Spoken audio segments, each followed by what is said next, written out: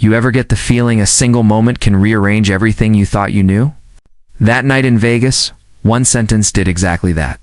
The lights were loud, but when Elvis pointed at a man in the crowd and said, "Get up here," the room went into a kind of hush that sounds like a held breath. Cameras clicked.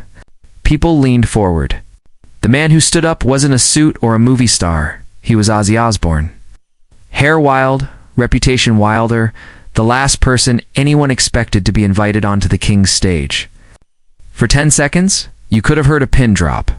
For the rest of the night, nobody could stop talking about what happened next. This wasn't spectacle.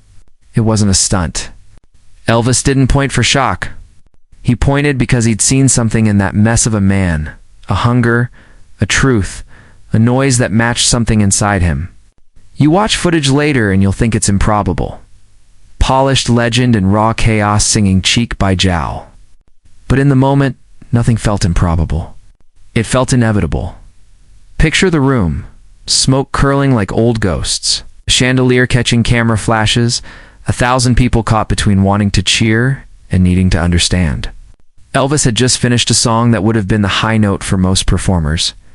Instead, he held the mic, looked out, and made that choice.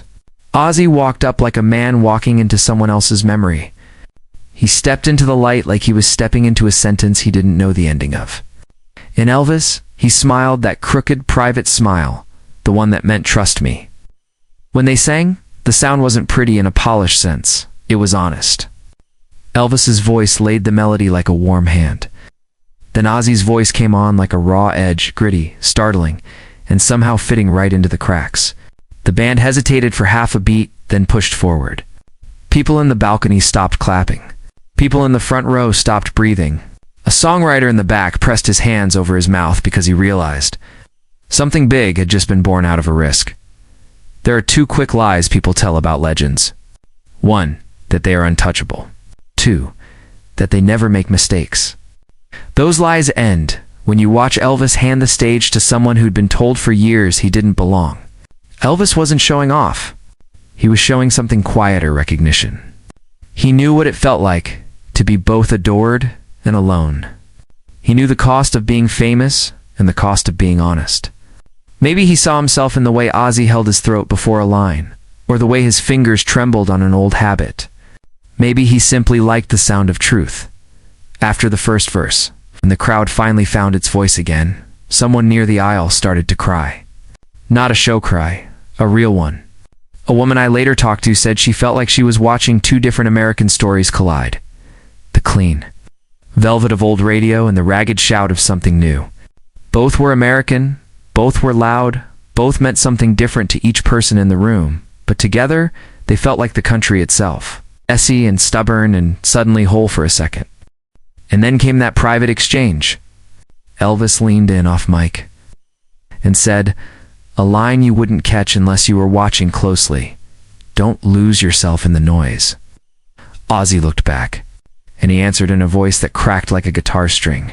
"It's the only thing I've got." You could hear the weight of life in those words. Not irony, not a clever soundbite. Real talk between two men who knew how to break and how to keep going. Elvis did something then that people tell stories about for years. He reached into his pocket and handed Ozzy a ring, a cheap, heavy token that in that second became a compass. It wasn't a flamboyant gift. It wasn't meant for display. Elvis pressed it into Ozzy's palm like a benediction. "Keep it," he said, "and sing what's in you." That ring, more than anything else, became a memory anchor for Ozzy. He kept it. He locked it away. And he carried that moment like a map for the rest of his life. You can argue later about talent, about technique, about who influenced whom, but there's something else to watch for: the courage of work.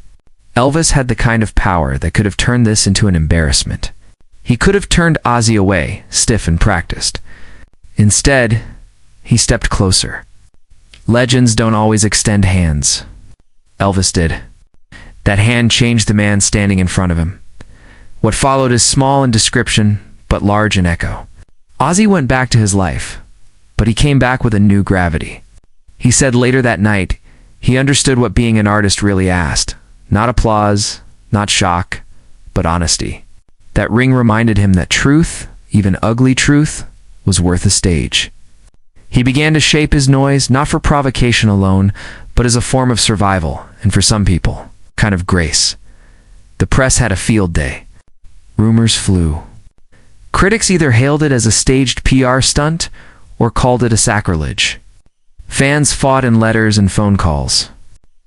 But behind the headlines, something else happened. Musicians who heard about it tinkered with their own edges. A guitarist in Ohio wrote a song about it. A singer in LA quit a safe label and started a small label with friends. You don't measure cultural shifts by sales at first. You measure them by the subtle changes and choices people make after they see a different way done live. And when Elvis died a year later, the story took on a different shade. For Ozzy, it wasn't just a sad obituary. It was the loss of a North Star. He told interviewers he sat in his living room and played the record of that night until the sun came up, like a man trying to hold on to a map after its landmarks are gone. That ring. He kept it, and for him it became a private relic of a night when two very different folks agreed on one thing, that music has to mean something. So why does this matter now? Because we live in a world where moments get shortened to clips, and meaning gets sold as content. That night is a counterexample. It wasn't built for virality. It was built for honesty. When an established legend recognizes rawness in someone else and chooses to protect it, that's not a headline, that's a lesson. A reminder that influence is less about power and more about passing light forward. If you walk away with anything, let it be this. Greatness isn't a solo act. It's a conversation across time, messy, unexpected, and surprisingly tender. Elvis called a man up, and in doing so, he asked the whole room to listen harder. Ozzy accepted the invitation. Both left changed. And anyone who was there, even briefly, carried that change home. Now, close your eyes for a second and try to picture that gesture, a ring pressed into a palm under a spotlight. It's an ordinary object doing extraordinary work. That's the truth of the story. That's the engine of art. And if you ever doubt the power of a single kind act in front of strangers, think of that ring, the hush, and the way two voices managed to make the whole room a witness. If this moved you, pass it on. Stories like this survive when we tell them to each other, not just as trivia, but as instructions on how to treat the next person brave enough to stand up and sing.